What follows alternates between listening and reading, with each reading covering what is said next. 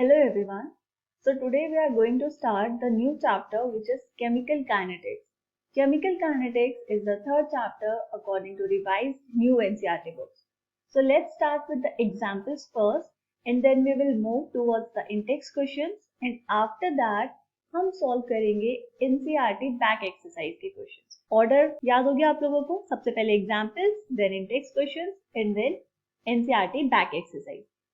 So सबसे पहले देखते हैं example number 1. The example says from the concentrations of C4H9Cl that is butyl chloride at different times given below, calculate the average rate of the reaction. C4H9Cl plus H2O gives you C4H9OH plus HCl during different intervals of time. आपको दिए हुए हैं different intervals of time and उनमें given है concentration of C4H9Cl. You have to calculate the average rate of the reaction. देखिए, अभी तक हम लिखना सीख चुके हैं कि rate of reaction कैसे लिखते हैं. तो सबसे पहले यहाँ पर लिखेंगे rate of reaction. Reaction आपको ऊपर given है, देखिए कैसे लिखते हैं? Decrease in concentration of reactants divided by time interval और increase in concentration of products divide by time interval. तो रिएक्टेंट कौन कौन है यहाँ पर? C4H9Cl. तो हम लिखेंगे minus change in concentration of C4H9Cl divide by delta t. ये माइनस साइन क्यों लगाया? क्योंकि डिक्रीज हो रही है रिएक्टेंट्स की concentration with respect to time, right? This is equal to minus change in concentration of H2O divided by delta T is equal to change in concentration of products, that is C4H9OH divided by delta T is equal to change in concentration of HCl divided by delta T. ये लिखा हमने rate of reaction. अब question में आपको concentrations given है C4H9Cl की, तो हमें यही निकालनी पड़ेगी. देखिए, तो रेट ऑफ रिएक्शन तो मैं लिख दूं rate is equal to minus, हम बात करेंगे पहले टाइम इंटरवल की. पहला टाइम इंटरवल मतलब जिसमें टाइम है 0 से 50 एंड कॉन्सेंट्रेशन है 0.10 से 0.0905, राइट? तो इसके लिए हम निकाल लेते हैं values. Rate is equal to minus change in concentration. कैसे निकालेंगे? Final concentration is 0.0905 minus 0.100 divide by delta t. Time कितना होगा? Final is 50 minus 0. This is the rate of reaction with respect to time interval 0 to 50. ठीक है, अब आप इसको calculate करेंगे.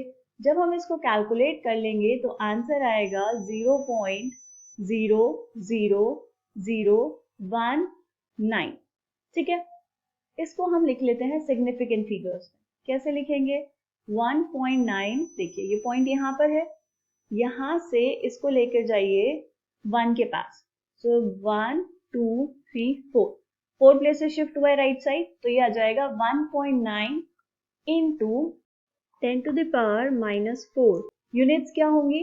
रेट है तो यूनिट होगी mole per litre change in concentration with respect to time, second inverse. ठीक है, अब देखिए जैसे हमने निकाला है पहले टाइम इंटरवल के लिए, वैसे ही हम हर एक टाइम इंटरवल के लिए निकाल सकते हैं रेट ऑफ रिएक्शन. देखिए, तो हम एक काम करेंगे, इसको बनाएंगे टैबुलर फॉर्म में. कैसे? सबसे पहले हम लिखेंगे concentration of C4H9Cl at time t1, then concentration of C4H9Cl butyl chloride at time t2. यहाँ पे हमने लिखा टाइम t1, यहाँ पर लिखा टाइम t2 और फिर यहाँ पर हम कैलकुलेट कर लेंगे एवरेज रेट ऑफ रिएक्शन. जो भी आपका आंसर आया उसको हमने सिग्निफिकेंट फिगर्स में लिखा है, तो यहाँ पर हम कैसे लिख लेंगे उसको? जो भी आएगा आपका R average into 10 to the power 4 mole per litre पर सेकेंड. ठीक है, अब देखिए T1 पे पहली कॉन्सेंट्रेशन कितनी है? 0.100. नेक्स्ट 0.0905. टाइम इंटरवल क्या है? 0 से 50. ठीक है, नेक्स्ट टाइम इंटरवल हम क्या लेंगे, ये वाला 50 to 100। तो हम यहाँ पे लिखेंगे 50 to 100। कॉन्सेंट्रेशन कैसे लेंगे, 50 पे कॉन्सेंट्रेशन है 0.0905 एंड T2 मतलब 100 पे कॉन्सेंट्रेशन है 0.0820। समझ आ रहा है आपको कैसे बनाना है टेबल। पहले वाले के लिए हम वैल्यूज निकाल चुके हैं। 1.9 इंटू 10 टू द पावर -4, उसको हमने मल्टीप्लाई किया है 10 टू द पावर 4 से, तो आपके पास यहाँ पर आ जाएगा 1.9। हमने ऐसा क्यों किया, ताकि हम बाद में इनको ग्राफ प्लॉट कर सकें, राइट। वैल्यूज प्रॉपर होंगी तो ग्राफ भी अच्छे से बना पाएंगे। यहाँ तक क्लियर है। चलिए थर्ड एंट्री करते हैं। थर्ड इंटरवल हम लेंगे 100 से 150। T1 is 100, so the concentration is 0.0820 and T2 is 150। 150 पे concentration है 0.0741, तो लिखेंगे 0.0741। ठीक है, ऐसे हम टेबल बना लेंगे और यहाँ पर फिर average rate of reaction calculate कर लेंगे। तो देखिए आपकी बुक में ये वाली टेबल गिवन है। जैसे अभी हमने यहाँ पर देखा कि टैबुलर फॉर्म में अगर हम इसको बना ले, वैसे ही टेबल आपकी बुक में गिवन है इस एग्जाम्पल के सॉल्यूशन में, टेबल 3.1।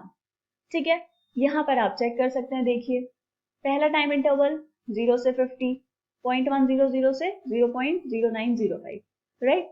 अगर हम ले ये वाला इंटरवल 150 और 200 वाला, चेक करिए टेबल में 150 200। 150 पे कॉन्सेंट्रेशन 0.0741, 200 पे 0.0671। अब इन कॉन्सेंट्रेशन और इस टाइम इंटरवल के कॉरेस्पॉन्डिंग आप निकाल लेंगे एवरेज रेट ऑफ रिएक्शन। ये सेम फॉर्मूला लिखा है जो अभी हमने यूज किया, तो यहाँ से हम बता पाएंगे कि एवरेज रेट ऑफ रिएक्शन कितना होगा।